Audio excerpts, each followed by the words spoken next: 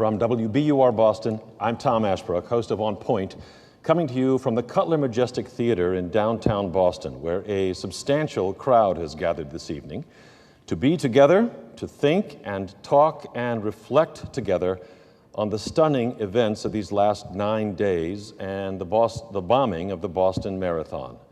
For the next hour and a half, maybe more, we are looking to share our emotions, our insights, our hope and healing after a shocking attack and days of drama and trauma, days in which we have seen suffering and sorrow, grace and heroism. I want to begin tonight with a tribute to one of those who has died in the last week. We know their names well: Martin Richard, young Martin Richard, Christy Campbell, whose funeral we saw this week, Sean Collier, the MIT policeman whose funeral the vice president, memorial service, the vice president, and many others attended today in Cambridge, and the international student from China at Boston University, Lu Lingzi.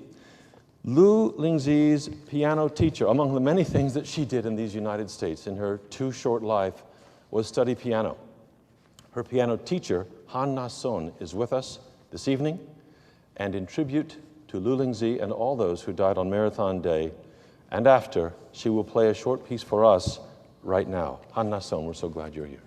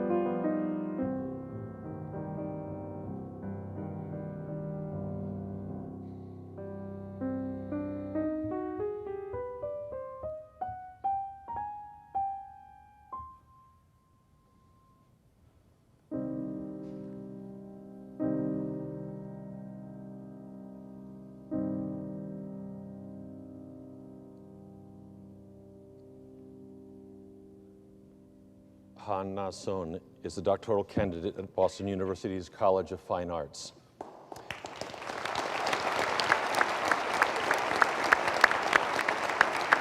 Thank you very much. She was Lu Lingzi's piano teacher at Boston University before her death on Boston Marathon Day, and she not alone. I want to ask for the participation for a moment of you right here in the audience. Lots of people are listening to this around the greater Boston area and beyond. Just for a moment, we have stood in silence in these last days for those we have lost. We have stood in awe of those who rushed in to help in so many ways. If I may, as we remember full well those wounded and those dead, I want to ask everyone here in the hall to stand with me right now and join in applause. Cheers, if you will, for those who rushed in to give aid, those who rushed in to give shelter. Those are applause for doctors and nurses and police. Our applause for fellow citizens who rushed to help and give. For our civic leaders who have been strong and clear, unprincipled. For our supporters around the country and the world who have been so clear and so vocal in their loving support of Boston in our hour of need. To all these we say, please hear our gratitude and thanks.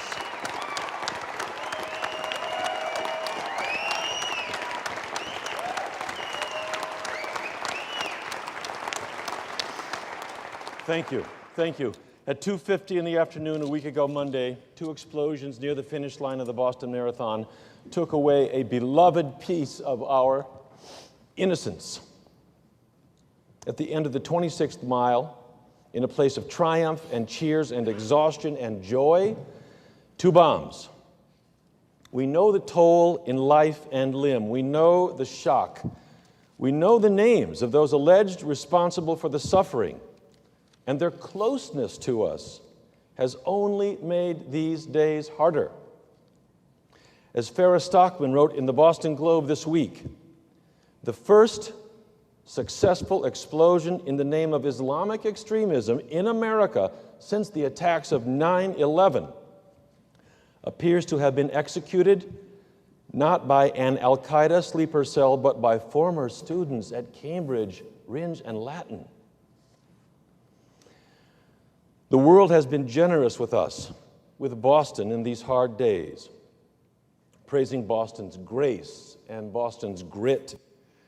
Tonight, it's time for our own conversation as Bostonians about how we absorb this blow, what we have learned about the world and ourselves, and how we go forward. We will hear tonight from civic leaders and thinkers and doctors and law enforcement, from you here in the hall and from listeners listening live now on the radio, free to join with us with a question or comment via Twitter or on Facebook. I want to thank again Han Na-son, who played so beautifully here, for her now dead piano student Lu Lingzi from China, whose family grieved with us here in Boston this week. We will hear more from her this evening. And I want to introduce our first shift of fellow Bostonians here with us on stage tonight at the Cutler Majestic, to take us back to that moment, take us through these difficult days, help us look into our hearts, and to help us look ahead. Joining me on stage, a terrific panel. Natalie Stavas is a resident in pediatrics in the Joint Boston Medical Center Children's Hospital program. She was running in the marathon when the bombs went off and dove in to help the injured. Please welcome Dr. Natalie Stavas. With us, representing all the brave men and women in blue who have been so prominent in these last days, Daniel Linsky, Superintendent-in-Chief for the Boston Police Department. He's been working with the FBI on the bombing investigation and much more. Superintendent Chief Linsky, thank you very much for joining us tonight. Kevin Cullen, my former colleague, Metro columnist at the Boston Globe, who was in the thick of things all week long, is here. Kevin, it is great to have you with us. Thanks for coming. Also with us, Dr. Peter Burke, Chief of Trauma at Boston Medical Center. 23 of the injured came through the hospital's emergency room after the bombing attack. Welcome, Dr. Burke. Also here, Dr. Barbara Ferrer, Health Commissioner for the City of Boston, and at the heart of how emergency medical services responded to this crisis. Welcome, Dr. Ferrer.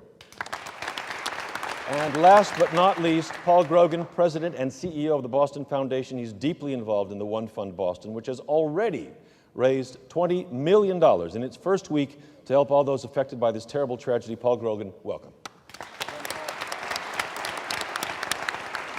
Let's dive right in, Natalie. I know we don't have you for long, but take us there because you were there. You were running. You were at the end, nearly, of your 26th mile, 26.2, and there you were. You were beyond the point when these explosions happened at which police diverted the runners. So you were in what became a very large crime scene on that day. Before the blast, before anything about it, take us back to that moment when we were all more innocent, when you were near the end of your 26th mile. What were you thinking? What were you feeling? What were you seeing? The day did begin very innocently.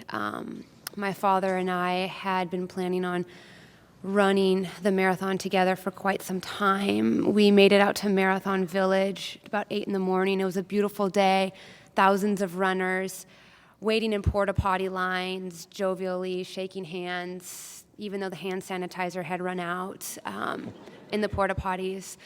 And it doesn't matter at that point. And I just remember how beautiful of a day it was.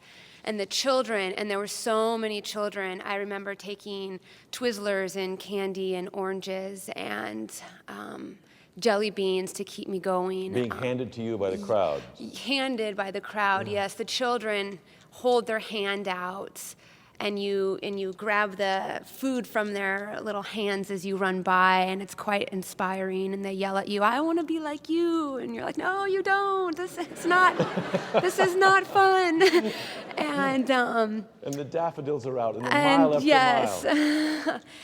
And I'm sure there's some marathon runners in the crowd, and I'm sure there's some marathon runners listening right now, and you know this feeling. You pass that sign that says 1 mile left, yes. And you're like, oh my God. And my father and I had passed that sign, and it said, "You have 1 mile left." And then? And then we kept running, and we were half a mile left, and then we were less than half a mile left, and we heard what, I mean, in retrospect, could only have been described as a horrible explosion, but fireworks, car backfiring, we didn't know what happened, and pretty quickly, chaos broke out. I remember the whole herd of runners, we were kind of descending upon the finish line like a herd of buffalo, sure. Just running for it, and we all were stopped. And it's hard to stop a large group of runners who just want to get to the finish line, and people were going in every which direction, and the police were acting very quickly. They were trying to stop the runners. How far were you from the site of the explosions at that point? So you come up a street called Hereford Street, sure. And then you turn onto Boylston. And I was right about to turn onto Boylston, so I did not have a visualization. But you were within a block, along Boylston block of the... Somewhere around there. And so the police were trying to, rightly so, I give them so much credit. They saved so many lives that day, and they kept thousands of people safe. Unfortunately, I'm very stubborn, and I'm a very wily little quick runner, and I was able to jump over one of the barricades that was keeping the crowd back. And Chief Linsky, settle down now. Yeah, I apologize. I'm very sorry. Thank God you did. And Thank I remember. God you did, he says. And because, you're a resident in pediatrics, what did you see? What did you find? What did you do? So I ran as fast as I could. I was just running so fast. I remember I had no feeling. I had no feeling in my legs. I had no feeling in my foot. I was running on a broken foot, which was stupid in the beginning to do in the first place. And I had no feeling anywhere. And I came upon this scene, and I've never been in battle. I've never been in war. The closest thing to war was reading the book All Quiet on the Western Front for me. And all I can remember is that it was like a battle scene. It was like a minefield had gone off with the blood and the debris and the terror in people's faces, and just the horror was Man, I've never seen anything like that. Were you able to help? I mean, I tried to do the best I could. I've carried around this guilt that I didn't do enough, and that those people were out there cheering for me, and I didn't do enough for But them. you're one of those who ran toward the blast. I know I am, but it's still so, it's so horrible. It's such a horrible feeling. I got to a woman who I'd started CPR on, and we take an oath as a physician that we do the best that we can for our patients, and of course that we keep their identity always safe. And I don't know, and I can't say who that was, but I started CPR on a woman who was down, who was taken away to one of the hospitals. I ran up to another woman who had a large wound in her groin that I packed with. Her groin was like exposed, and it was horrific. And I packed it with a shirt that someone handed me to stop the bleeding. Yeah. Another man who had a foot that the foot was just destroyed. Tourniqueted his leg the best I could, and I mean the list goes on. And that was the scene at the finish line. You and many others, but you were among those who ran toward those blasts. I know that you have medical duty tonight and we have to let you go, but I just want to ask you if you will run the marathon again. I will run the marathon again. I will run again with my father next year, come hell or high water. Am I allowed to say that? Yes, you are. Okay. No. Yes, you are. This is NPR, I mean, we are, yeah. Come hell or high water, I will be running the marathon next year. And I just want to say, I know I have to leave. I was given grace of an hour to leave the hospital tonight to come here. And before I go, I just want to say thank you. Thank you so much for everyone who's here. Your presence is so valuable to me, and it's so valuable to the people who are here. It's helping in the healing process. People asked me, are you going to find a sense of closure when they capture whoever did this? And I actually said, no, I'm not. A 19-year-old child to me is not going to say anything to me that's going to make me feel better. There's nothing that he can say that will change this. So no, I will not find closure through him, but I will find closure through you and through the support of Boston and the support of my colleagues and everyone that's here tonight. And as we go forward, I'm sure we'll heal as a community with each other. Yes. And, this paralyzing grief that has been with me for the past week because of those that I do not know if I saved or hopefully it helped. I know it'll go away into a remembrance as opposed to a grief, but more as a remembrance. So I can't thank you all enough, people who are listening, and those that are here. I mean, I'm just so grateful. You guys are the heroes to me, your support, and I thank you so Natalie much. Stavis, as a resident in pediatrics in the Joint Boston Medical Center Children's Hospital program, we will look for you at the marathon next year. Natalie, thank you.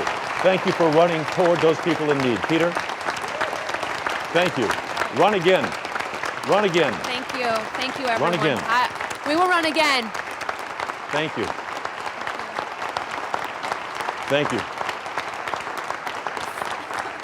Thank you, Natalie. We're going to hear from everyone on this stage right now and more this evening. I want to keep moving because we have many moving stories to tell. Natalie, thank you. I know you have to go. Paul, please join us. Peter, a quick word. Peter Burke, Boston Medical Center. One thing to Natalie, Dr. Burke. that the timely application of tourniquets and packing to stop bleeding saves people's lives, I hope so. gets them down the road so that we can do what we need to do. And you definitely made a difference. Amen. And don't you. ever Thank forget you. that. Thank you. Thank you. Run again, Natalie Stavis. Run again. Chief Daniel Linsky, take us back again. Before the blast that morning, you were there, and we were chatting earlier. Early in the morning, this was your zone of responsibility. And early in that morning, you were having trouble with a woman at the finish line.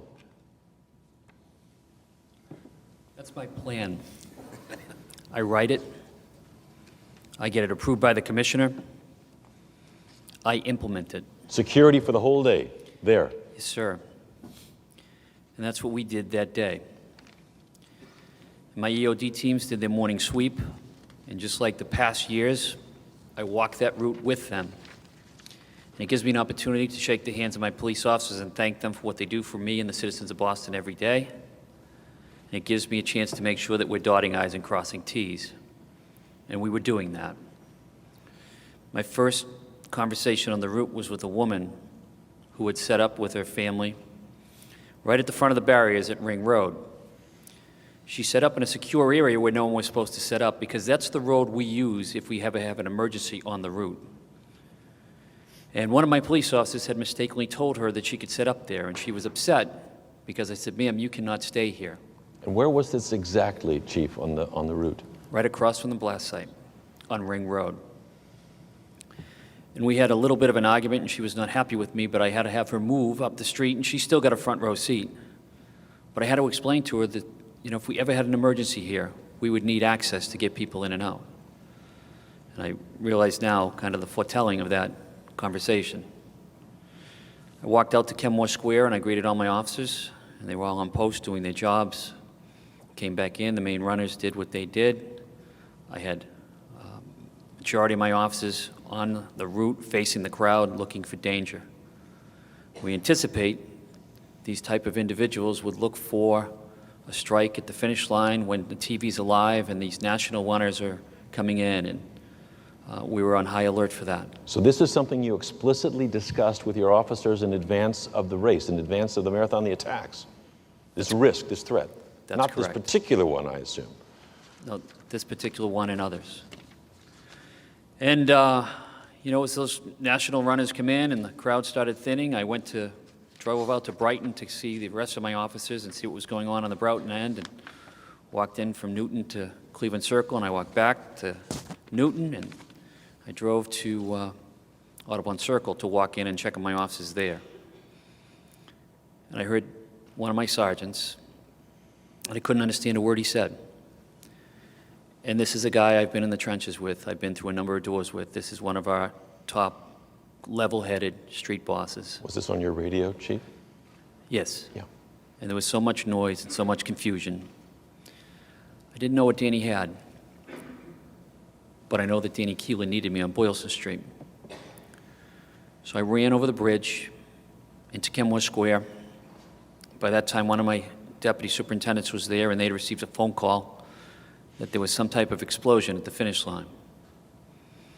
Commandeered his vehicle with him. We drove down, and I was praying that we had an electrical explosion. Yeah. That a natural disaster had hit our city, and as they were telling me, we had horrific amputations and injuries, that at least it's not terror. When I turned onto the street, I got out and I got briefed, and Danny told me, "They hit us twice, boss. Once here, and then a second blast as people ran towards it." There were, just as the doctor described, horrific injuries. And the police, the fire, the EMS, off-duty soldiers, people who had some medical experience, Carlos Arajando, who I've gotten to know over the years, who lost his child in the Marine Corps and had a tragic incident when he tried to hurt himself when that happened. I got to know him years ago, and we saw what he did that day. And my first instinct as Danny Linsky's father and as a cop was to get in and start applying pressure. And I couldn't do that because I was in charge. And I needed to make sure that everyone else could do their jobs. Sergeant Keeler had already done an amazing job of getting on the radio. When this happens, you'll have 400 or 500 responders come up, and if somebody doesn't get control of it and have them control their vehicles, they jump out of their car, they take their keys, they rush in to help, and then the street's blocked. Yeah. But Danny Keeler got on the radio and very calmly and very assertively told everyone coming in, "Do not block this street. Leave it open for the ambulances." And I did what I had to do, and I realized that we had been attacked, and I realized that our intelligence tells us that they're probably going to target first responders. So I put on the radio that I believe we have additional IEDs, and units should respond appropriately. What does that mean in terms of how they responded? What did that suggest to units coming in? So what they know from terrorism and what they do around the world and around the globe is they set off a device, and then they wait for the first responders to get there, and then they set off more. Another, yeah. So I just reminded my officers that they were probably coming in to be blown up. We've seen it in Iraq. We've seen it in Afghanistan and beyond. And they didn't stop. They came. And there were several packages, and people were screaming about this suspicious package and that suspicious package. And who knew? And we just said, okay, let's get the victims out. Then we had to deal with the people who had sheltered in place. And our intention was to keep them sheltered in place, triage and transport the victims, clear out any IEDs, and then figure out what we got and start working this crime scene. So that's what we did. And we ran out of ambulances, and one of my deputy superintendents, Colin Lydon, started grabbing police wagons, which is not the best solution to transport a patient. But if you've got nothing else and you throw two talented medics and doctors better than nothing. Doctors like that hero who ran from her marathon finish, in that they could save those patients. And they did. I think the timeline, I might have it wrong, but I think within 22 minutes, all those patients were at the hospital. Let's go to the hospital doors. Peter Burke. Dr. Burke, you're chief of trauma at Boston Medical Center. What did you see coming in? Well, the reality was I was in Nevada at the time and was spending my time to get back, but I can tell you what my colleagues saw. Please. And we approach this much as a group effort, and it is incredibly chaotic, but compared to the scene, it's not as chaotic, but it's a little bit more controlled chaos, and you get a whole group of extremely injured patients all at the same time, and the key is to figure out who's the most injured and who needs to go to the OR, generally speaking, in the most rapid fashion. And so it's a series of trying to figure that out in an organized fashion.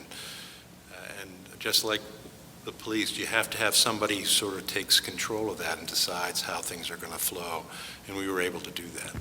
What was it like for your colleagues? We began to get a sense of what it was like with the police on the street and the ordinary citizens and the people who rushed in to help on the scene. For your colleagues to have this volume of serious injuries coming in. Right.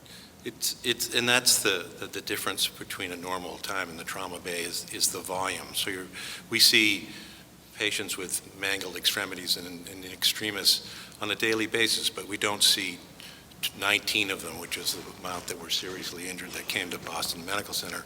We don't see them all at the same time.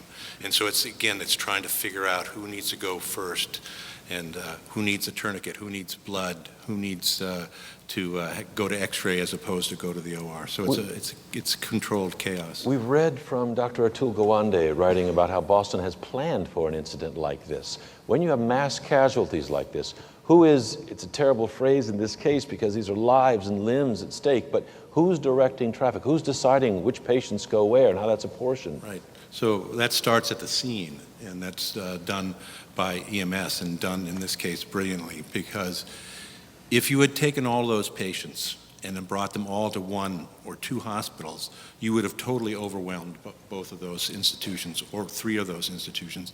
And all of a sudden, patients that could have been saved would have been triaged not to be able to be saved.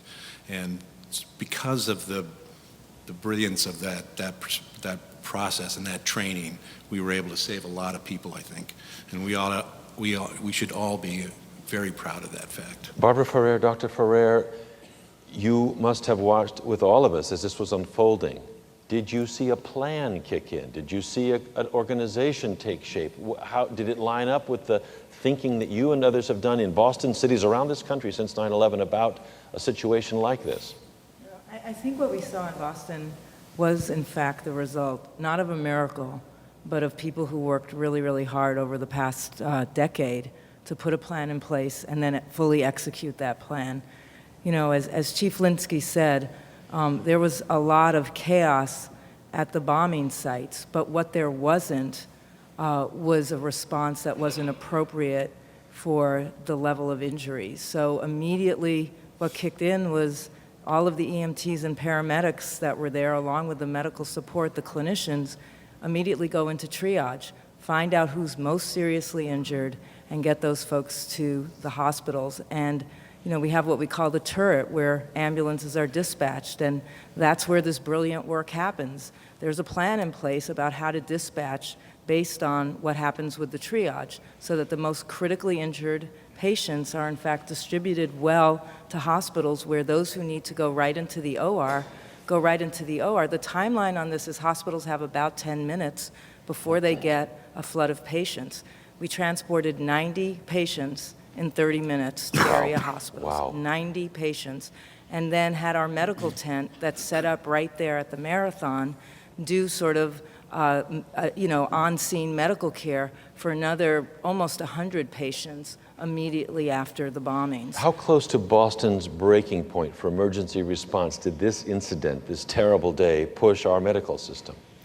I would have to say, in all honesty, this system is set up so that there really is not going to be a breaking point. It has depth. Yes. It doesn't mean that there aren't areas where we obviously will look back and say we might have wanted to do something a little different.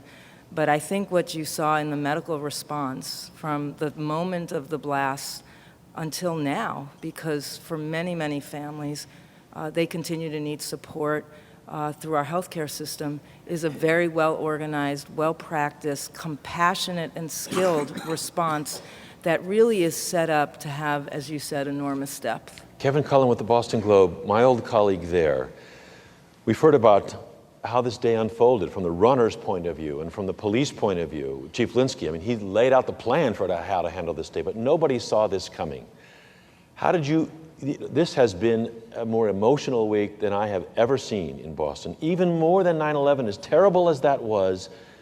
How did you begin to take on board what had happened on that morning, Kevin? You feel this city, you know it. How did you personally begin to come to grips with what was happening? Well, I first became aware of what was going on by looking at a TV screen. And what I will always remember is the first responders, our police officers, our firefighters, our EMS, and then civilians and race volunteers and ordinary people aside them. And they attacked those barriers.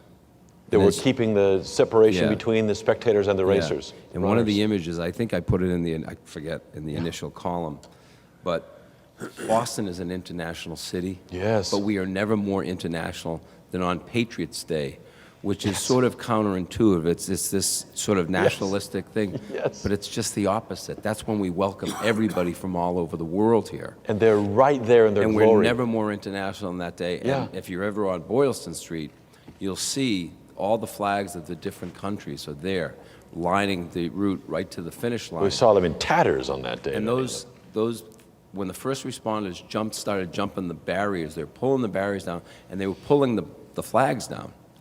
And the flags were splayed on the street almost like victims. Yeah. And they were victims because that attack was not on Boston. It was not on the Boston Marathon. Yeah. It was on all of us. And it was represented. And I know, and I just want to take this opportunity because I know he will not say this.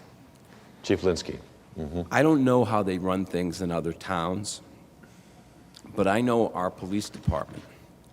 When you get up to the highest levels of the Boston Police Department, they are not desk jockeys.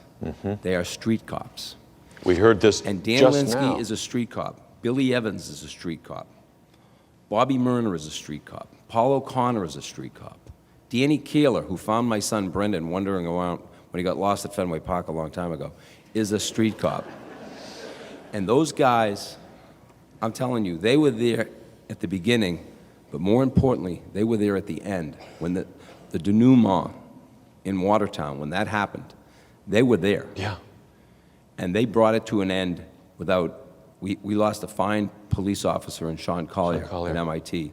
We're lucky we did not lose another fine police officer in Dick Donahue. But I'm telling you, these folks, led by Chief Linsky, and Watertown cops who never fired their gun before, and the state police, and all the federal agents that were out there, They ended this without any loss of life, except In their own number ranks. one suspect. Yes. And I sent, I don't know, it was early Saturday or Sunday morning, I sent Dan a text message and I said, I've never been prouder of you and your men. It was an amazing end. It was an amazing end, and we're so happy that it came. And women. And women. Oh man, I'm gonna get it.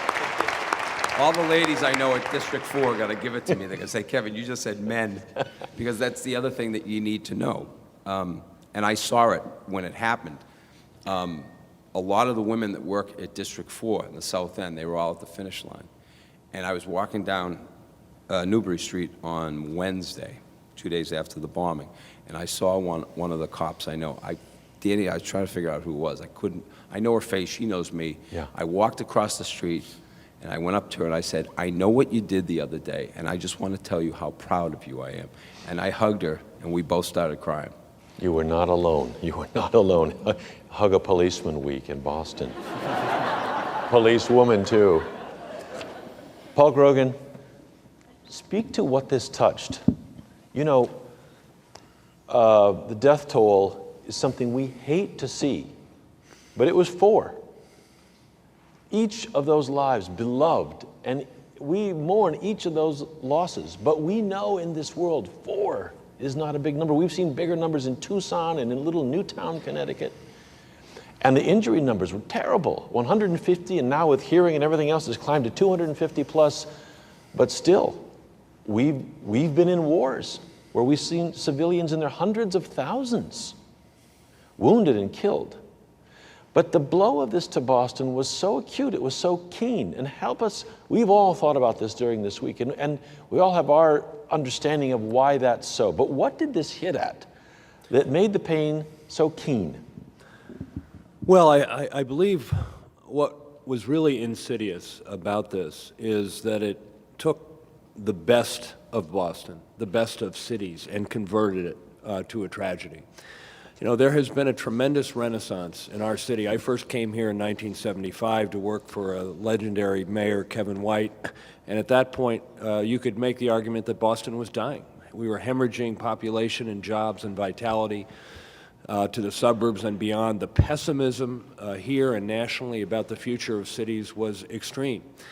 And because of some great leadership and some good luck, Boston has executed this remarkable renaissance, and it has done it by asserting urban values, the distinctiveness of urban life.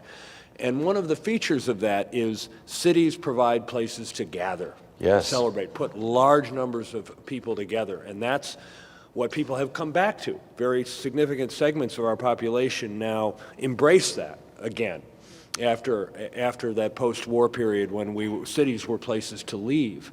So I think that On first night and on every sunny spring Exactly. day, and above all, on incredible. Patriots Day and Marathon Day. It's incredible. And that's what is so deeply disturbing to me about this, that it attacked that as well as the unfortunate people who were killed and maimed. And we can't lose that. We can't lose that. And we've seen other cities around the world capitulate to a kind of fear, maybe very rationally, and start putting up the barricades and the walling off neighborhoods. And there's some of that that's still left over from 9/11 in front of our public buildings. But that is so hard won, that wonderful quality of our city that was really disappearing, and now it's back, and it's so vibrant. That's what I worry about as much as anything. Kevin, take that point and go with it. What was it that on that day, in that setting, is so, no city wants to be hit like this, ever. But that day, that particular setting seemed especially precious as soon as it was, we already knew it, but when it was hit, we knew something special about the city and its aspiration and what it values was hit. How do you just define it? Well, I think it's the values that are represented by the it's our thing. Tom, this might come as shocking news to you. We tend to be parochial around here. Come on. And international But- at the same time. but Those flags are This there. is the day when we really want to share the town. And it's almost like an obligation. It's not just Boston. It's Brookline, it's Newton. Yeah. How about the relationship those Holliston kids have with the Kenyon runners? Yes. That's beautiful. You can't make that up. That's just so beautiful. There are kids in Holliston who can sing in Swahili. I can barely speak English. And so it is so special to this town. And it is, like I said, it's counterintuitive. Instead of Patriots Day being this exclusive, inward-looking, nationalistic, jingoistic, whatever you want to call it thing, it's like we open the town to the world, and the world comes. And the world comes because it's the best marathon. You talk to marathoners, hey, New York's great, London's great, they're flat. They don't have Heartbreak Hill. They don't have kids. They don't have kids, like Natalie said, going out there with candy. They don't have kids in Brookline who, for like the fourth generation of kids, are out there urging and trying to give water. And it's like, we take this is ours, we own it. And somebody came into our house and stole it. And then we immediately said, you ain't taking this, pal. This is ours. And we took it back. And we took it back when those people went over the barriers, Yes. and pulled down the flags, Yes. and showed the antithesis of the mindset that would leave bombs to kill and maim innocents. And it just showed, in my mind, that power, the power that was unleashed by the first responders, was so much more powerful than any bomb. As I said, for them to prevail, they would have to kill every single one of us, and that ain't happening. Yes, let's applaud that.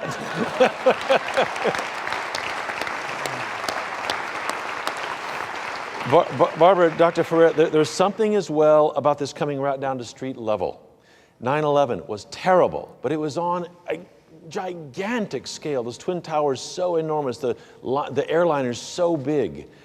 This was at a level, I think, most Americans, and certainly Bostonians, and on this day, don't yet really generally feel threatened. I mean, it's not supposed to happen at this low level, but there it was, right down at Boylston Street level. Was that something that in the city's planning, were you really ever acutely thinking about this kind of, I mean, part of what, I was stunned like everybody else, and then I was angry, and we all go through this. And part of what made me angry, I think, was that it seemed like a low, cheap blow, just right on the sidewalk, in a pressure cooker, we find out, with kids standing all around it. Not that grand scale would be better, it was worse. But there was something about it being so intimate that was just deeply unnerving and then infuriating for a while. And I wonder, was this on our radar? I think it was definitely on our radar, and I'll share a story with you because, we've spent a lot of time over the last few days with some of the patients who are still in the hospital and their family members, and talking with them and really trying to make sure that they know we're here for them for however long they need help. And I will share a story that one of the victims told me, which is that she was standing with a group of young women, and they really were asking me, did I know whether they were targeted? Like, did these terrorists come by, look and see who was standing in a place, and those particular people in that little section of the pavement decide. Yeah, they're going to go. Right, because that's exactly what you're saying. This felt very personal. This wasn't a big building. Yeah. This was somebody who walked by, saw a group of people, and dropped a backpack. Yeah. We completely planned for these events. I think in terms of executing a response, I think we're overwhelmed with the emotional trauma that this kind of an event brings. And, our hearts go out to everybody, but particularly to those people who were so grievously injured, and those families who had members who lost their lives, because it did feel so personal. And Martin Richard, 8 years old, and his whole family hit.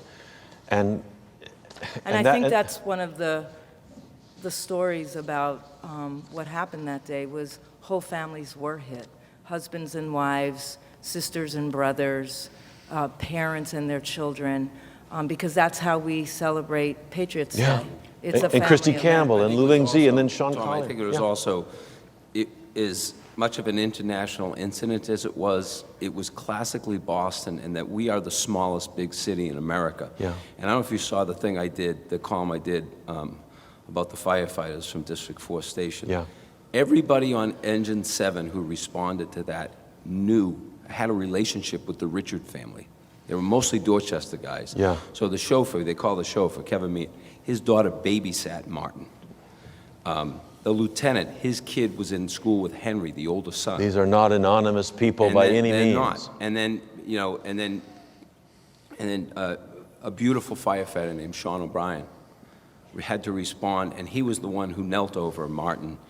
And he's looking at him, and he knows that's not just Martin Richard. Yeah. That's the little boy that is nice to my daughter because Yeah. they're classmates, little Ava. With that every gorgeous day. smile.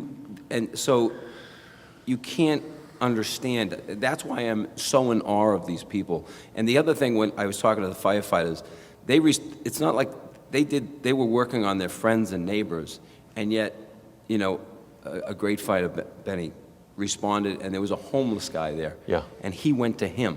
Yeah. And this homeless guy's foot was hanging on by a shred of flesh, and Benny comforted him and tried to help him.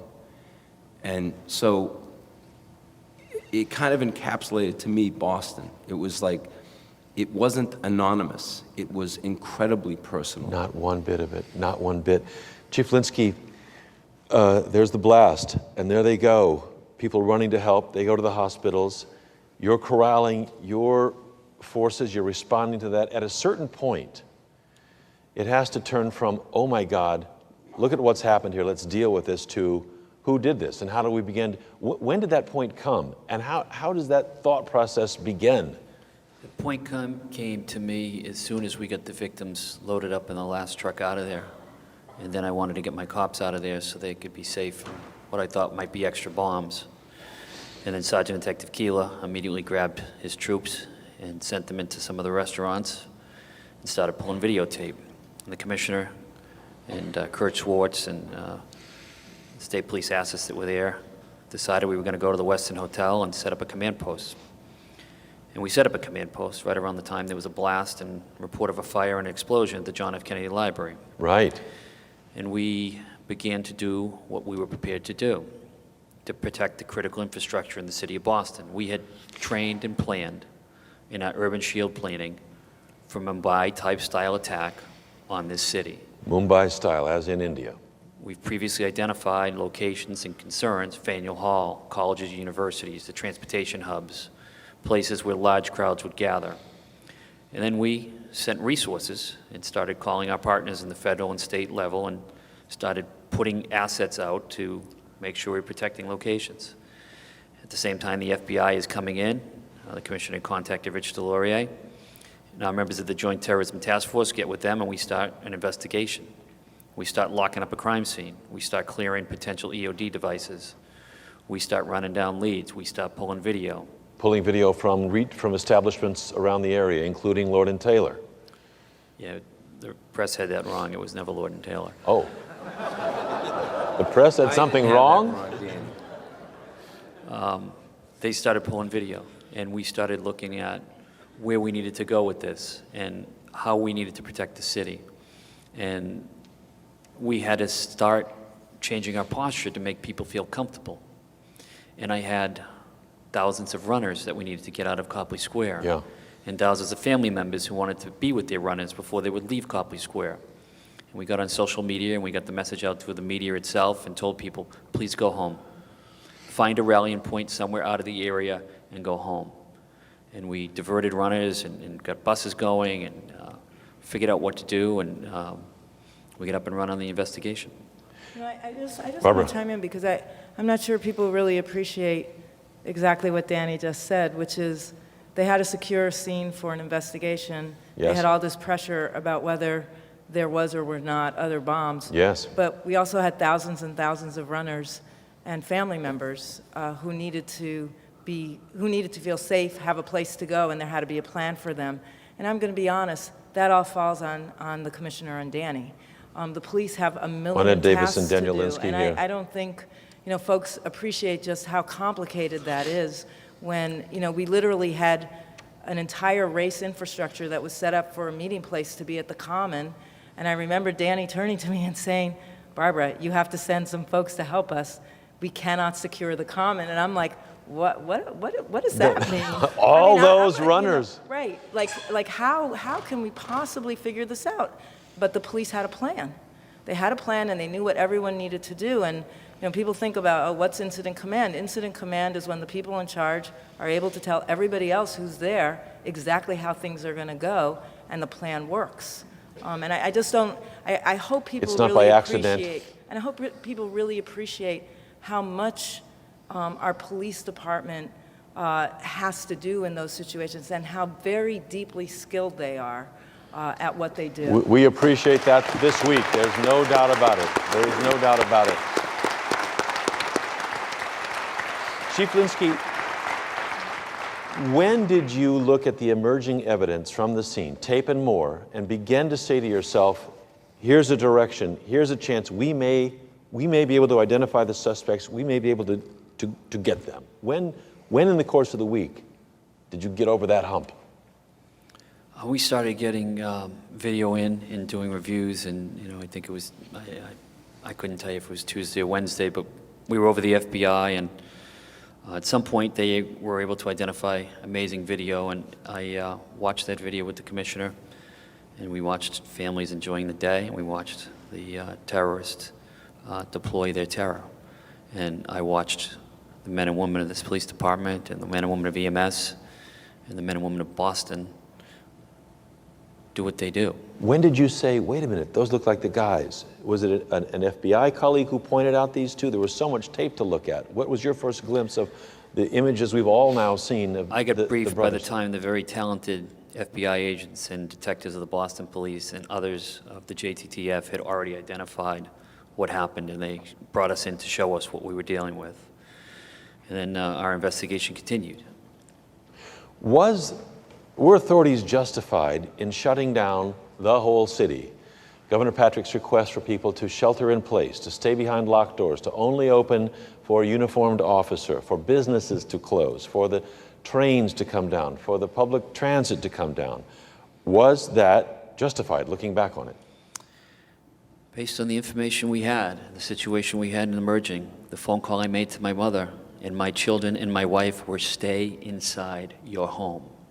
I can tell you I would not have done that if I did not think it was a threat. But why? There won't be a terrorist on every street. There was an enormous area that was locked down, became the phrase of the day. Yeah. And we had an enormous number of things that we were dealing with and information that we were sorting out and challenges and threats that we had to mitigate before we could ensure the safety of the individuals in the area. Take us to the end of the capture governor, story. You were in Watertown. Let me be clear. The Yes. governor and the mayor made the right call. And I want to.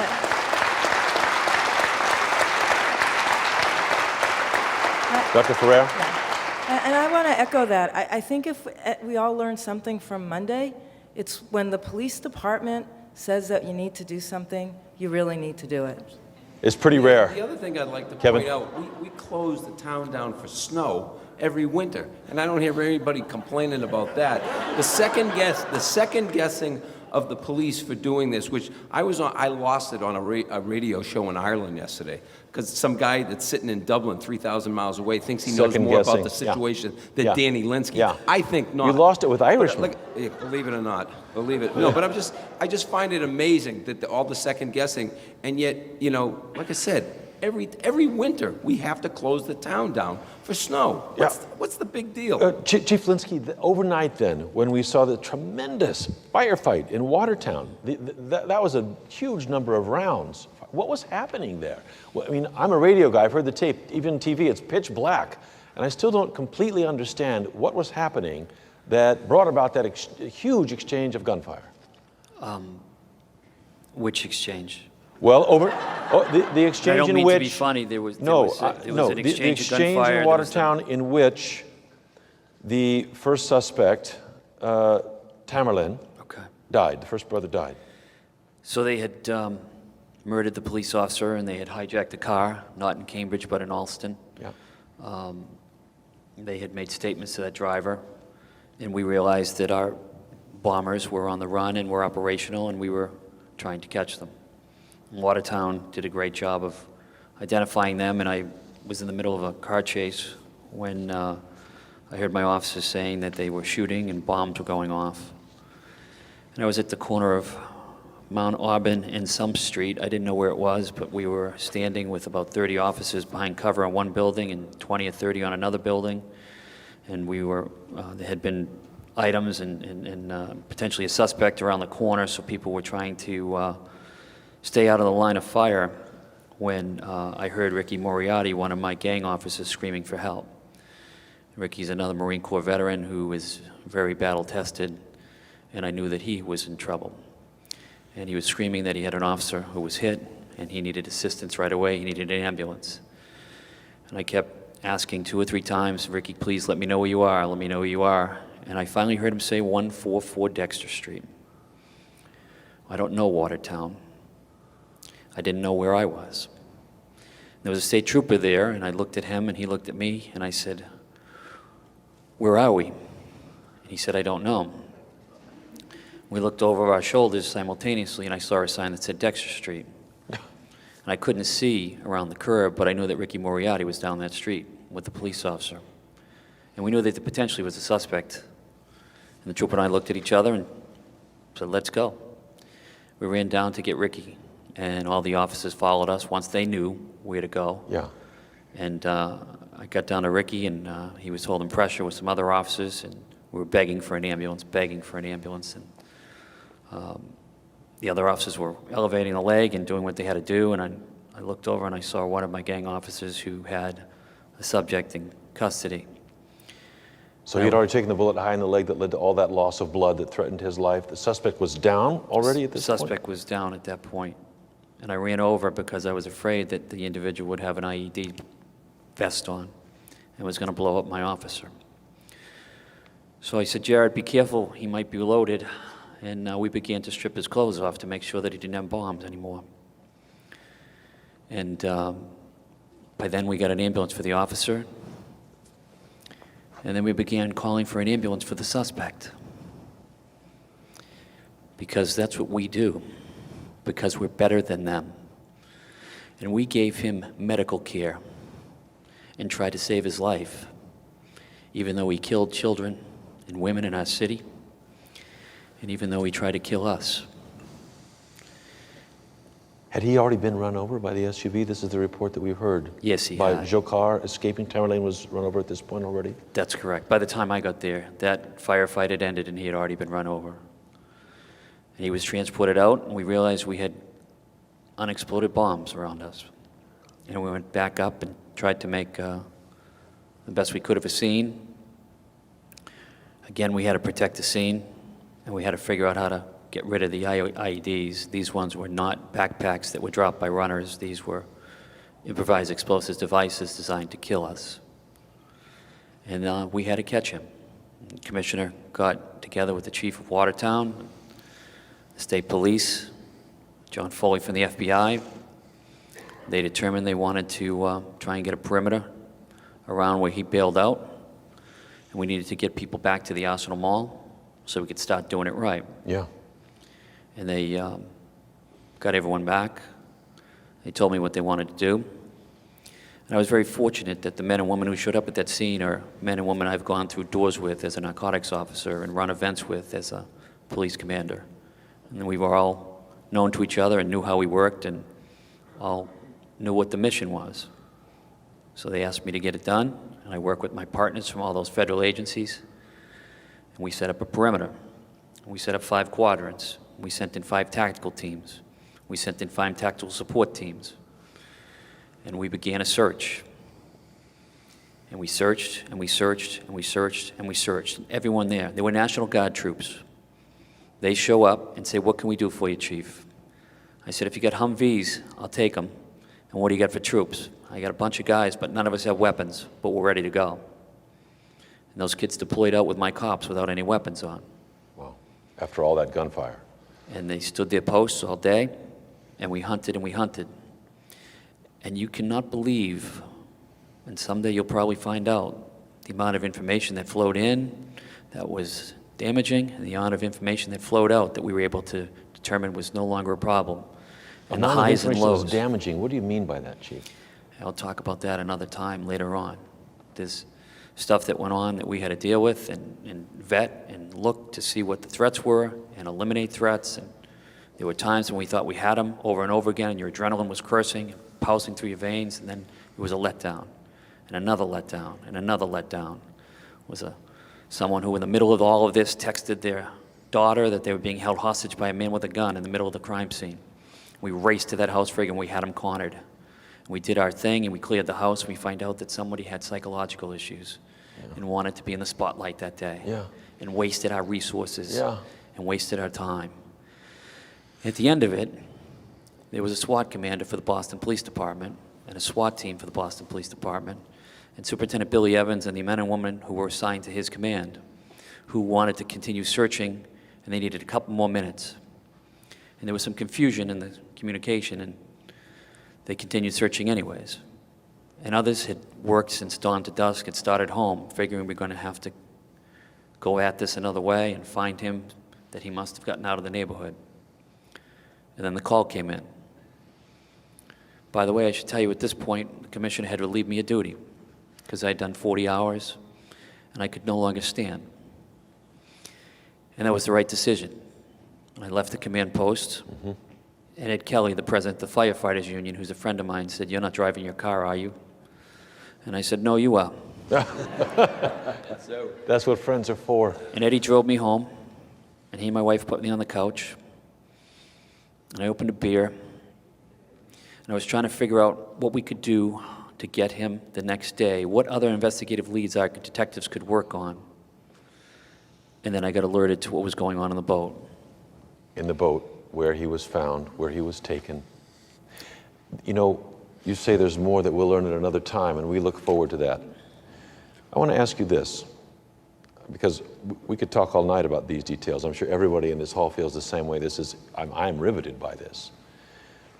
But the vice president was in town today, and he, like the president before him, like the mayor, like the governor, like everybody in this room, says we'll be back next year bigger than ever with the Boston Marathon. How do we do that, Chief, and guard against this happening again without fundamentally changing the nature of that day of civic activity? Can it be done? We do that by engaging every one of the Boston community. So I had 800 police officers with their eyes on that route looking to protect people. There are probably 1 million people who come out. Seems to me that's 2 million more eyes than I had last year. And if we all work together and we say something and we keep an eye out for each other and we protect each other, we're going to fill that route next year. Paul Grogan, what's the lasting effect of it? Yes, we'll applaud for that. What's the lasting impact of the events of these last 9 days, Paul? It depends on what happens from here. If we can prevent this from happening again, we will absolutely recover from this. But if this type of incident takes place again here or in other American cities, I think it will be very, very difficult to deal with. But we have to live, we have to go on. Kevin, this week Boston has been very proud of saying this is not going to change us. How deep is that determination in this city? How many? I think we should be honest, and it has changed us, and it will change us. And all the plans that Barbara and Dan talked about were in place, and they will refine it, and it'll be better, and we will be better. But I think, you know, we're kidding ourselves. We will never look at Patriots' Day and Marathon Day the same way. But I do believe what I witnessed in that week, an extraordinary week in time. I saw the people that did this represent the worst of us, those instincts, and everything that responded to it, from the courage and the bravery of the first responders to the courage and incredible bravery of the officers that ended this, and to the extraordinary work of our people in our medical communities. We forget how great they are in this town. And all that just dwarfs what those people did with those bombs. What we responded with is so much stronger and will last and will prevail. But we will be different, but I say we will be better. Let it stay dwarfed.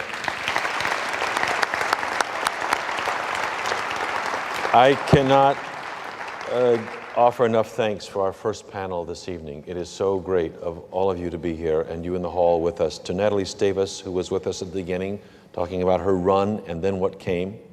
To Dr. Peter Burke of Boston Medical Center, it's so great to have you. Dr. Barbara Ferrer, Health Commissioner for the City of Boston. Paul Grogan, President, CEO of the Boston Foundation. Kevin Cullen with the Boston Globe. Your columns have been great on this. Your presence, your roots in this city speak to us every single time you step up. And to Superintendent-in-Chief of the Boston Police Department, Daniel Linsky, to all of you, we say thank you. Thank you. Thank you very much.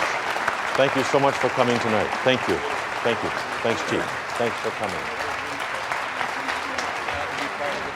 Thank you, Barbara. Thanks, man. Thanks for coming. Thank you, Barbara. Thanks. Thanks for coming, Doctor. Paul, thank you. Thank you.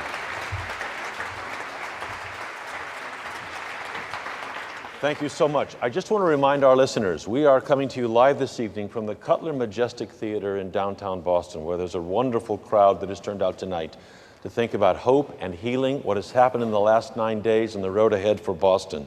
With me on the stage tonight, if I may join you for a moment on the piano bench, if I may get so forward, is Han Na-son. We heard her at the top of this presentation this evening. She is a doctoral candidate at Boston University's College of Fine Arts. She was the piano teacher of Lu Lingzi, the graduate student from China who was one of the 3 killed on Boston Marathon Day. She's going to play some more for us, but for just a moment before you do, thank you for being here. We really appreciate it. And I wanted to ask you, we heard that Lu Lingzi was studying to go into finance. We heard her family here this week. We heard her family, her father's grief. I didn't know that she also played piano. Yes. What did she like to play? What composers were you teaching her? Yes, she was really diligently preparing for her midterm exam, which she played Chopin waltz, and Chopin was one of their favorite composers to play, and she was, as far as I remember her, she was a very sweet and very hardworking student. What kind of pianist was she? Did you feel her feeling for the music? Yes, of course, she was very talented, and of course, she took the piano class as her minor, but she was definitely very talented and very musical and very expressive. Did you chat, teacher and student, about life, about this country, about your home countries? You're from Korea. Yeah, a little bit. We met every twice a week, and yes, we didn't talk a lot, but definitely about music. And she often asked me to play her piece, which she was working for the midterm, and she often, liked to listen. You're going to play another piece for us, and I'd just like to ask you what it is and why you've chosen to play it on this evening in memory of Lu Lingzi and all those others. Yes, I picked Chopin, Brahms, and Debussy. One of the reasons I picked Chopin because it's her favorite composer, and she was also working Chopin piece for her final, which she unfortunately she cannot play it, so that's why I chose. What are your feelings about the loss of her? I was definitely awful shock after the news, and I happened to take a picture of the class, which I rarely do, on last Tuesday after the bombing. And after I heard about the news and I saw the picture of the class, and her empty seat was right on the center of the photo, which was even more saddening. And definitely we personally, I also behave differently with each student, because I feel that every meeting is very precious and very important. And definitely we will miss Lu Lingzi a lot. Do you think this incident will keep, Boston has so many students from around the world, do you think it will keep international students from coming to Boston? No, I don't think it will stop for international students to coming, but it will. Boston University really supported a lot for this memorial, and I really appreciate it. Han Na-son, exactly what are you going to play now? I'm gonna play Brahms Intermezzo, Opus 118, number 2. We're so grateful to you for being here. We will listen. Thank you.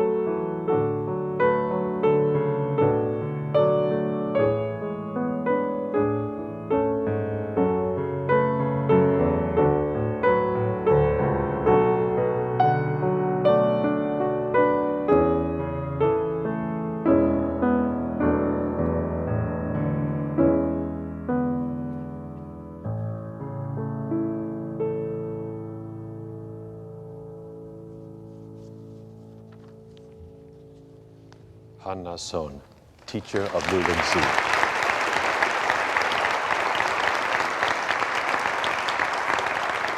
Thank you so much. Thank you very much. That cannot be easy, Anna Son, and we're grateful to you for being with us. If you're just joining us, we are live this evening from the Cutler Majestic Theater in downtown Boston for a special evening of hope and healing and reflection on what this great city and its great surround, Greater Boston, has just been through in the last 9 days, from Boston Marathon Day on. We have a second panel with us right now, and I'm very happy to introduce them. With me on the stage at the Cutler Majestic, and thanks again to Emerson College for making this venue available this evening, I have with me Imam Suhaib Webb of the Islamic Society of the Boston Cultural Center. Imam Webb, welcome. I have with us Ray Hammond, chairman and co-founder of the 10-Point Coalition, co-founder and co-pastor of Bethel African Methodist Episcopal Church. Before he answered the call, he was an emergency room physician. Welcome, Reverend Dr. Hammond. Ayanna Presley joins us, city councilor at large, the first woman of color to serve on the Boston City Council. Her constituency includes Dorchester, home of 8-year-old Martin Richard, the youngest victim of the marathon bombing. Welcome, Councilor Presley. Thank you for being here. We're joined by world-renowned pediatrician and trauma expert, Dr. Eli Newberger of Children's Hospital. Dr. Newberger, thank you for being here. And last, but by no means least, my great colleague, Jack Beatty, is here, On Point news analyst, son of Boston, pride of Dorchester. Jack Beatty and all of our panelists, welcome. Please join me in welcoming our panel tonight.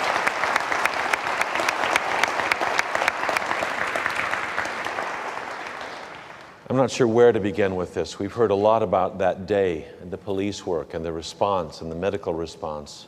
I want to think about the bigger arc of what has happened. And Dr. Newberger, if I may start with you. You've dealt a lot with trauma. So here we are. We're 9 days after this happened, and I think all of us have been through different days of emotion and response and reaction already. I don't know if you're willing to do this as a physician, but step back and look at this great city and its great surround. Where are we in the process of absorbing this? Have we really begun to grapple with this? Are we fooling ourselves if we think we're beyond it? How do you look at us as a whole? Well, I think that we've made a beginning, and for some of us, at 9 days out, we're probably making substantial progress. But as we look at what we now know about traumatic experience, a field which is expanding massively in what the knowledge base constitutes, it's very clear that for many children, for example, after they witness such a traumatic experience as they saw, they too can be affected. And indeed, when we think about traumatic stress, it's important to know that we're talking about not just things that happen to us as individuals, but things that we observe, which are horrible. And when this happens to someone whom we love or on whom we depend for care, this can be as brutal an experience as if it had happened to oneself. There were thousands of children who witnessed in one or another way the horrors of this. It was replayed marathon. Again and again on television if they weren't on the scene. Necessarily, because the news folks had lots of time to fill, the same loop was run again and again. For very many children, this is profoundly expressing. For children who have had antecedent, prior traumatic experiences, the responses are even more exaggerated. And parents, surely, and teachers now, have observed that for some kids it appears that everything is okay. They really look as if they're entirely normal in how they behave. It's important to know that even though they may be that way 9 days out, sometimes the effects of trauma begin to manifest only weeks or months after. It's very important, I think, that we be sensitive to, observant of, and most importantly, I think, responsive to what it is that children want to know from us, the questions that they pose, and to give them guidance. For younger kids, very frequently it's not in words, but very frequently it's in play. And so, for example, if a child is playing through a scene where somebody is trapped or somebody is falling over because a bomb has gone off, one of the things that we could do is get down on the floor and play with that child and help the child to do the problem solving. To bring a sense of ease or engagement with their engagement, recreation? sympathy, importantly, care, and perhaps most important for the children who depend on us, a sense that we're there to protect them. Now, in response to your question, I think it's also important to note that our community has been traumatized, that we too have a task, and this evening's discussion is important in this, of making sense of what happened, of trying to understand, to the extent that we're able, the lives of these perpetrators that impelled them to do this horrible act on our community. Not to say necessarily with a sense of sympathy, but I have to say that having read the tweets of the younger Jahar perpetrator, alleged perpetrator, this is a very disturbed individual. It raises questions for me as someone who has worked on domestic violence, whether or not this youngster was under the thrall of his older brother. He was abusive toward girlfriends in the past. We don't know what coercions were on him. Under the thrall in a pathological way, in an abusive way, or simply a sibling? In an abusive way, where this youngster who you see in the video marching after his brother, blandly leading the way, and whose tweets the day before and the day of the trauma, they're on the WBOR website, clearly show himself struggling to make sense of his world and raising serious questions about his state. My point, however, is not to dwell on this. It's to dwell on ourselves and to think about how we feel, how connected we may be, what we have to do. Finally, I just want to make one comment. We heard some beautiful music just now. Yes, we have. I'm sure many of us listening, many of us here in this room, have felt a sense of calming and of order. Trauma is nothing if not about disorder. The terror strikes us biologically in the middle of our brains. This provokes for many people a biological sense of unease, of arousal, of a sense that things at any moment can go wrong. And sometimes an innocent report or a firecracker or something falling can provoke a response of fight or flight. The task for us, and music can come in for many of us to do this, is to reorder our brains and enable this midbrain portion that gets so affected by trauma, that keeps us alive as animals in danger. We also need to be able to once again restore the use of our frontal lobes and our capacity to mindfully think and contemplate our responsibilities to one another. As this community heals, we need both to make sense and to restore the capacity to plan intelligently and also to give care to the people who have been so wounded. I have to say, in these days, I've taken comfort from this city in the way in which it did not seem to become unhinged by this, though it was certainly deeply, deeply upset. But there's been a kind of deliberate quality to the response that has made me love Boston more than ever. But I don't suggest that there's not deep, deep unease. I would say. Ayanna Presley, what about in your community? How are you seeing people deal with these days?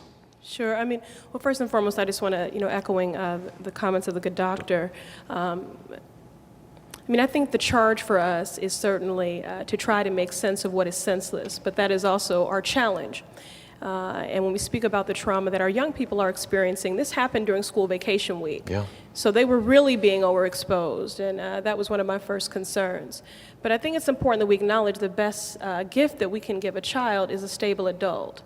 And so many of our adults have been destabilized. And I want to also acknowledge that we keep talking about the word community. Even if you were not personally affected, we all have been impacted. Mm-hmm. In the same way that hope ripples, so does trauma. So whether you were connected to someone or removed by rather 1 degree of separation or 30, yes, you may not have even had a close or meaningful connection, but if you just knew someone who knew them, who knew someone who knew them, you feel It hits you. affected. Yes. I think it's also important to note that, and I appreciate the doctor's point about domestic violence, because violence begets violence. It does not happen spontaneously. And these things are all connected.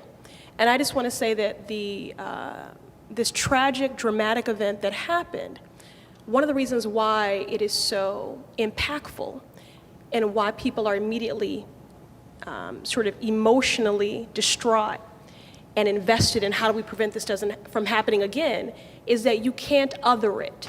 Because in that moment, it happened to everyone.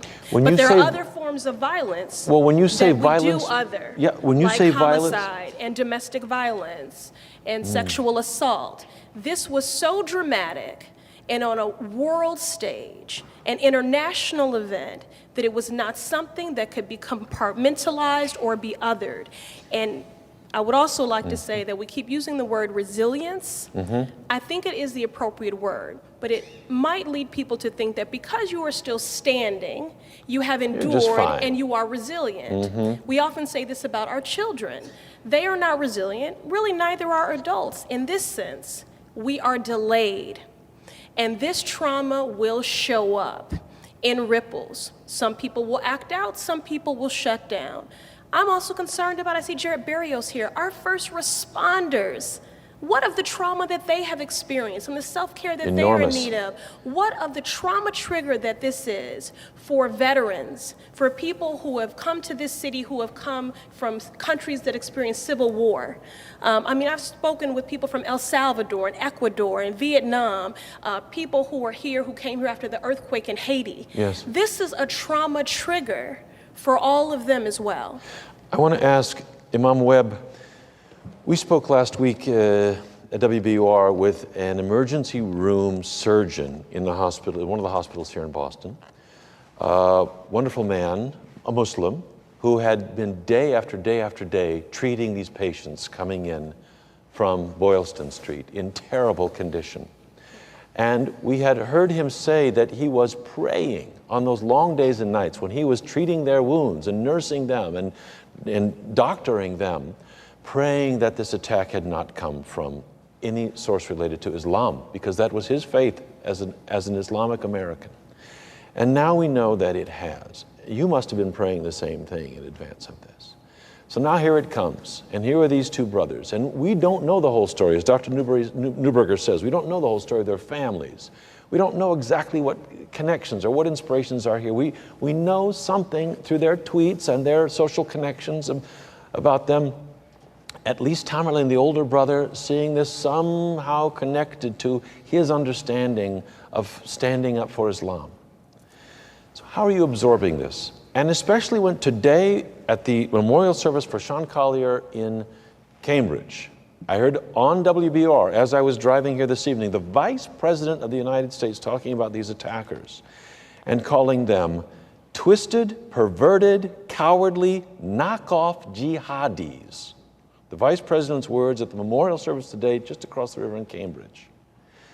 Share with us, Imam Webb, how are you taking on board these events, the Islamic connection here, and help us to look into this reality and understand it through your eyes? Well, is there such a thing as public therapy? Maybe. Yeah, I realized my father loved Mozart and Beethoven. When you hear the piano, it really, I haven't had a chance to mourn this bombing. The stress that my community, and I'll walk you through my week. I stood in front of a church a few days ago and said, I'm a jar of emotions that will open, and maybe I'll talk to them later about how to open it. I was in Detroit on Monday. On Monday, I was in Detroit in a community.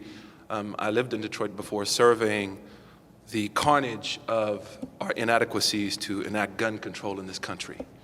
In one of the worst neighborhoods in Detroit with a fellow imam, Imam Dawood Wali. And then suddenly my phone, I just changed my number. I've been stalked, it's a long story, so I changed my number and it started to buzz, and I said, wow, who has my number? And it said, praying for Boston.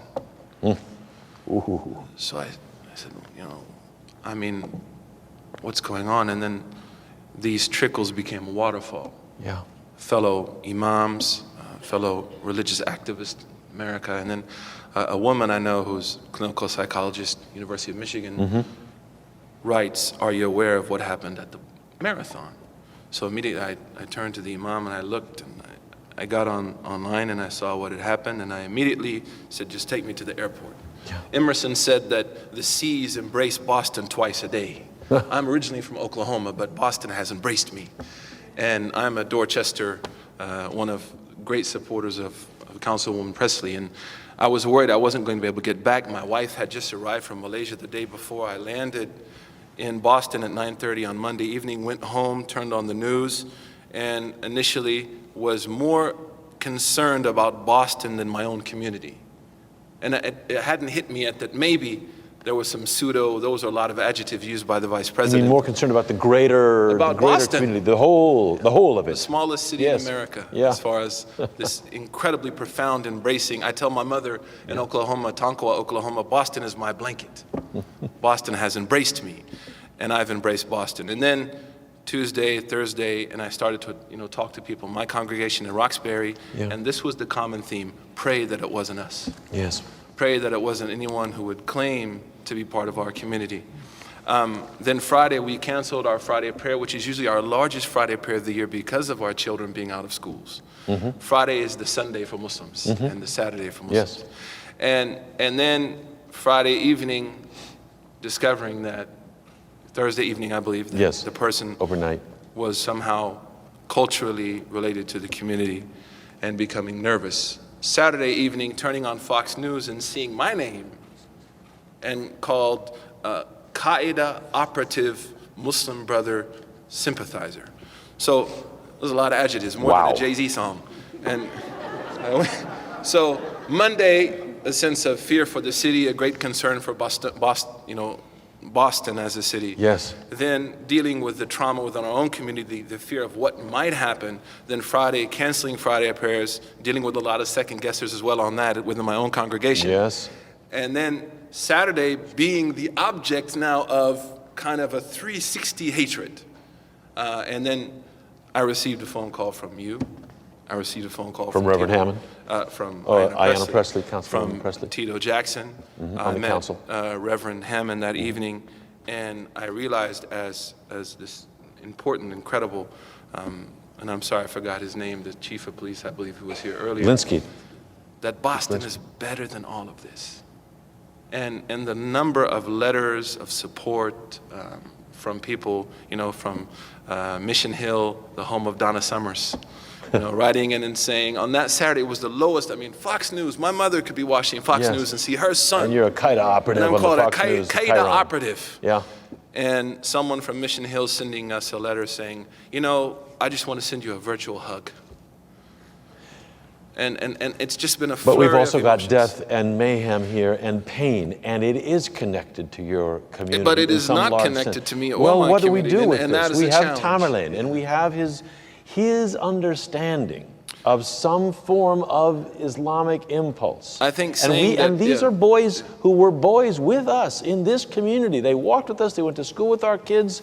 We stood next to them at bus stops. We like to think that the aura of Boston is so great that it would absorb them and it would bleed this kind of anger out of them, and instead somehow, apparently, it grew. And we want to understand how to look at this. But I think it's important to understand that vis-a-vis not objectifying the entire Muslim community We and do, relating that. absolutely. And let me add. Amen. Amen. And Amen. let me add that when we look at this crisis as a community, we see it through your eyes. We don't see it through the eyes of the killers. We do not. They were not radicalized within our communities. You mean to say you share the greater view of this? We're Bostonians. Yes. I like the Celtics. Yes. Yes. I was mad last night when Yes. KG didn't score 22 and have 10 rebounds. Yeah. And to say, and I want to correct you, and I say that with respect, and we know that we're friends. They are not connected to my community at all. And I say that understanding the problem of radicalization within the Muslim community. But if we look at his YouTube page, there's not one imam from a Boston mosque that was on his YouTube page. There's not one imam in America that's on his YouTube page. There is no mediating institution within the contours of Islam in America that man put on his YouTube page. But we live in a global community, and that may be absolutely true in every respect, and yet, I don't know how you define your community, but we know from the Globe's reporting and more, he stood up in the middle of the congregation, the Muslim congregation in Cambridge, very angry when they were praising nonviolent Islamic figures in the mold of Dr. Martin Luther King. And he said, that, you know, you're kafir, you're not Muslim to speak and equate these things outside of Muslim with what? And that's a very real question that needs to be responded to. When I was 9 years old, my grandfather from the Church of Christ, followers of Alexander Campbell, no drinking, no dancing, no shorts. Yes. And, you know, the Old Rugged Cross was sung every Sunday.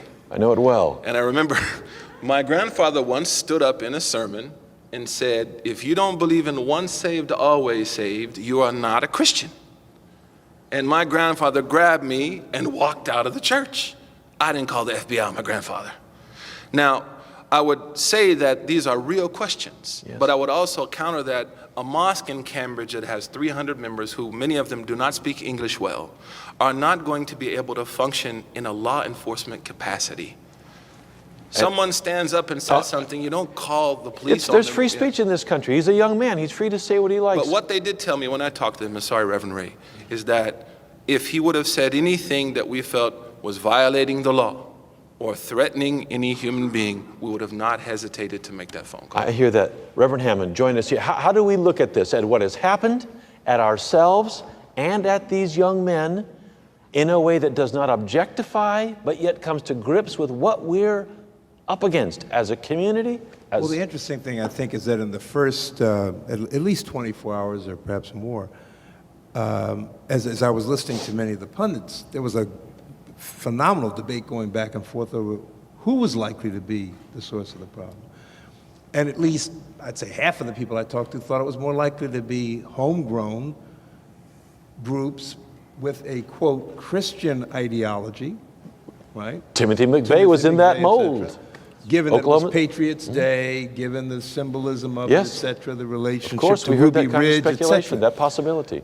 And I think it illustrates the fact that we all have to really wrestle with this issue of powerful ideas that get misused, misapplied, abused, that become the source of in many ways, the exact opposite of what those ideas are about. That what should be very much about love, what should be very much about peace, what should be very much about reconciliation, in fact becomes the basis for violence.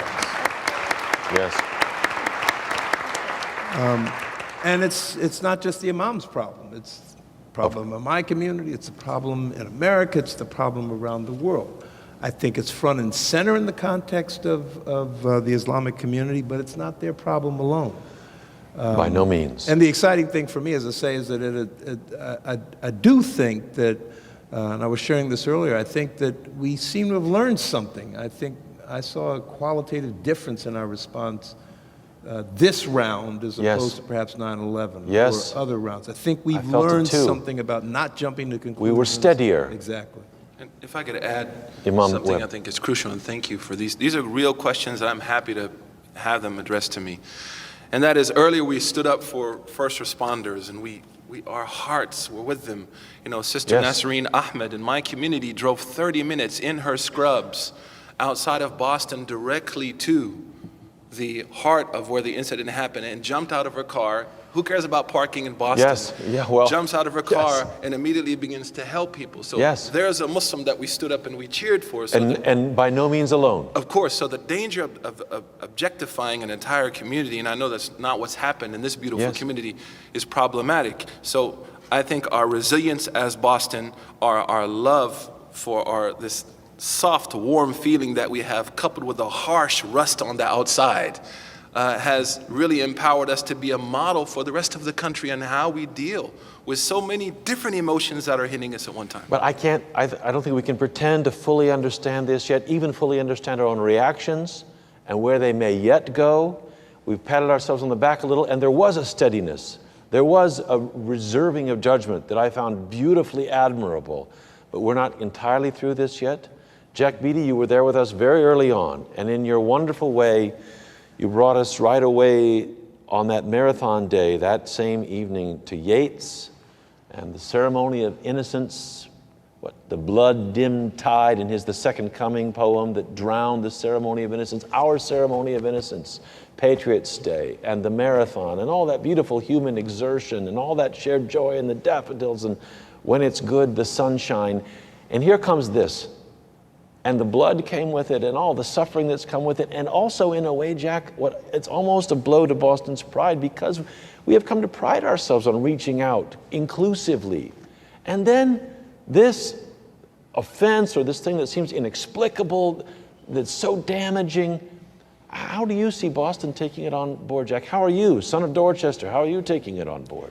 Well, I'm wrestling with just that question. How was it that Americanization didn't take?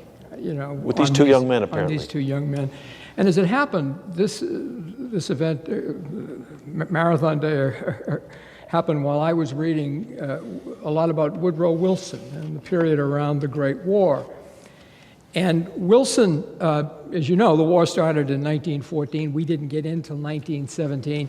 And Wilson was terribly afraid that a war against Germany would effectively be a civil war in America. There were 10 million German Americans in the United States, 500,000 in Chicago alone. And he felt that, if you went to war with Germany, you would effectively, the enemy would be demonized, people would be paying taxes to kill their relatives. Some Germans would be killing other Germans. And it would, as he put it, destroy the process of Americanization. That it would effectively put German Americans under a strain that would break that assimilation. They would feel alien. They would feel torn between their empathy for their fellow suffering Germans and their Americanism, and that sense of ambivalence and torn would destroy this precious process in Wilson's view of Americanization. Bring that into this time. Well, let's face it. We are at war with a significant ideology that is identified by our government with a particular strain of religious belief. And for people of that belief, here and in Europe and elsewhere, all over the world, that must be a terrible strain.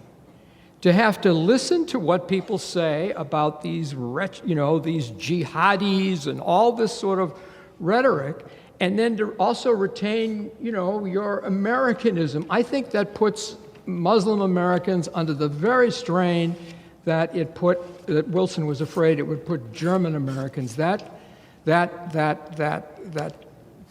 torment, that conflict between their country of love and fealty and their religious, spiritual, moral background. But the fact is, Jack, we went fully to war directly with Germany, and twice, as deeply to war as you can go, more deeply than this war on terrorism has been, and German Americans are fully integrated Americans. Yes, but you can't read about the period of World War I here without just wincing at the forced effort of Americanization, at the coercion German Americans felt. And of course, they fought in the forces, and maybe Wilson, but my point is he had an existential insight there. You can't make war abroad on a people and expect people here who are exposed to it, who have no, perhaps little resistance to it, to be completely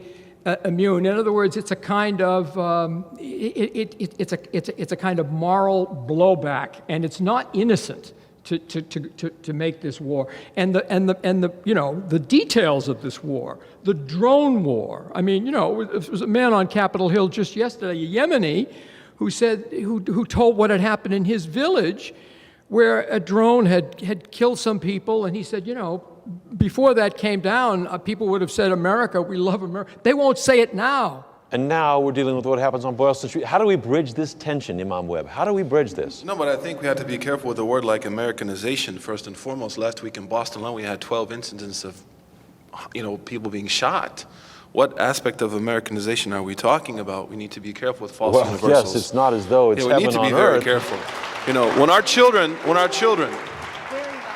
our children are playing Call of Duty 5 times a day, 5 hours a day, Violent our favorite video show games. is The Walking Dead, we need to have some serious conversations about ourselves. And when Rick Ross can rap about, giving a woman a rape date drug, I think also there needs to be a sincere, look at ourselves. Secondly, yes. I'm worried that this man is questioning my loyalty to my country. I denounce and I see equally as evil the acts of these people without any condition on that. And the majority of American Muslims, the Pew study shows that up to 75% of American Muslims who have been, the sources of studies have shown to be very happy, more so in America than their own country. I think, Jack, I don't want to speak for Jack, but I think there's an effort to open our minds to a tension that may be real. Yes, but thirdly, what we're seeing is that radicalization is not happening within the Muslim community, it's happening outside of the Muslim community. And even his own brother said that he was radicalized online, not on life. And the fact that he engaged in a confrontation with a local imam because the local imam quoted Martin Luther King Jr., yes, who the radical right quotes to support their Protestant conservative social agenda, and the left quotes to support gay marriage. No one has a problem with Martin Luther King Jr. in America. Yes. But what that shows me is that when he walks into a mosque in Cambridge and he finds that the theology is not palatable to him, that means that we are rebuffing attempts to radicalize people within our communities. And I teach 200 students a week in a seminary named after Malcolm X's sister Ella Collins. And one of the criterion for graduating is to serve with a rabbi or a Christian minister or a social justice worker for 1 year before you become an imam in America. Good for that. What else can we do? Good for that. Our time grows short in spite of how rich and deep it's been, and you're all so great, but I want to go to this question of healing. And Ayanna Presley, let me come first to you if I may. Healing. We don't want to fool ourselves that we're too far down that path yet. This is really early days. What does genuine healing mean to you for Boston after this? And where do you see the path to it begin? Well, first I would say, incidents is this, I'll just say for me personally, and I'm sure this is true for many people, this tested, my faith in God and in humanity. I, like many people, are experiencing fluctuating emotions from hate to hope, to helplessness.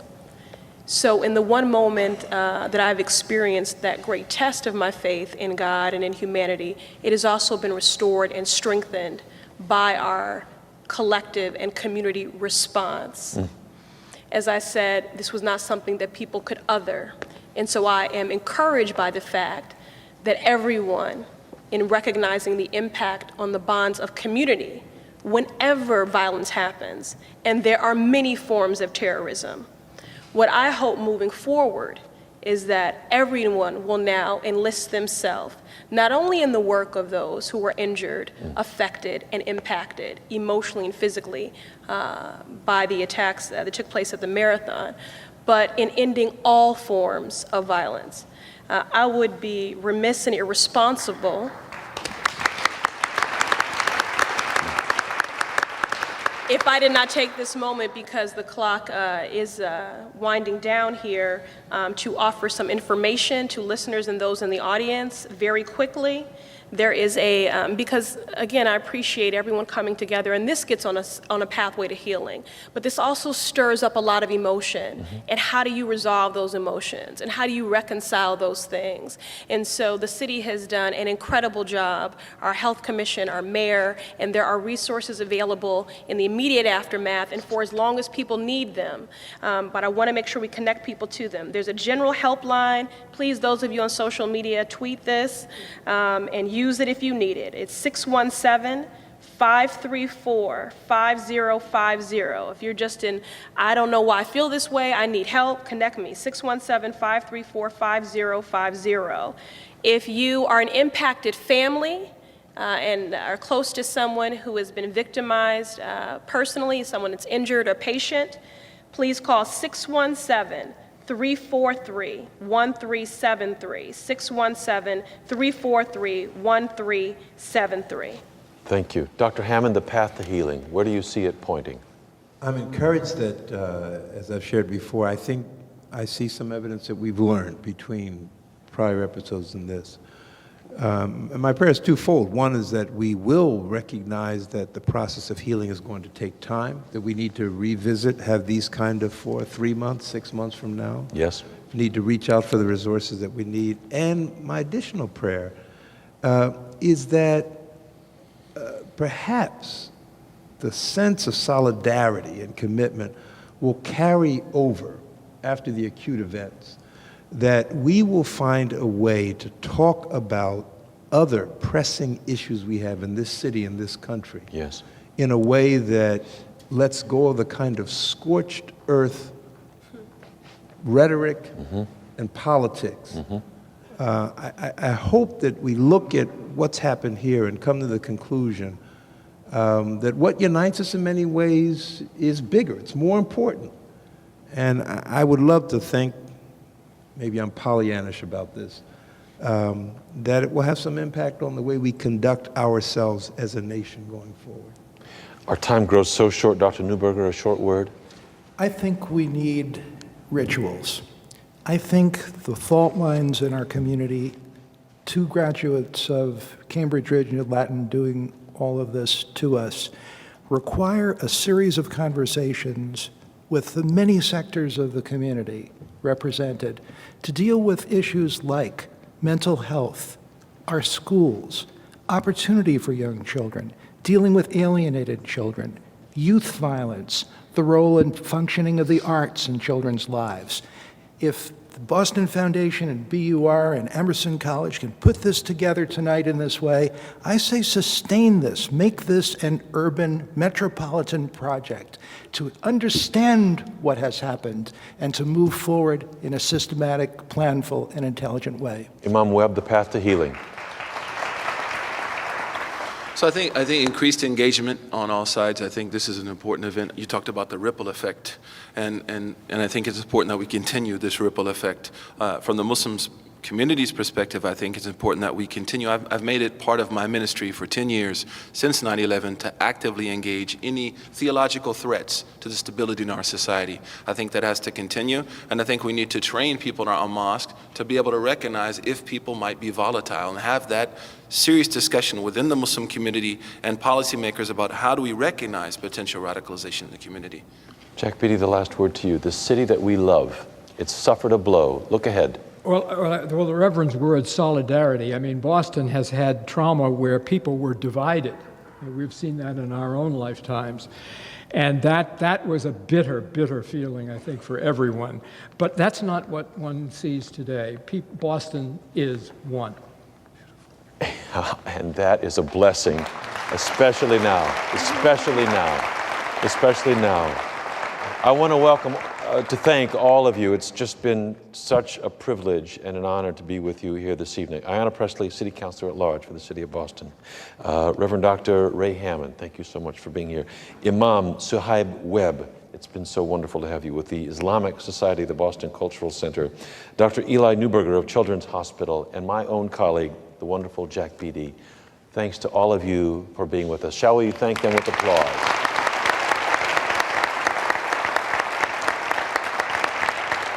Thank you, thank you, thank you, thank you. I want to thank everyone in this wonderful audience tonight at the Cutler Majestic. Thank you to Emerson College for welcoming us here to begin this conversation of hope and healing. Thanks to the Boston Foundation and WBUR for helping put this on. We're going to go out of these wonderful 2 hours once more with Han Na-son, the piano teacher of Lu Lingzi, and one more piece of remembrance. Thank you to all of you for being with us tonight. Han Na-son.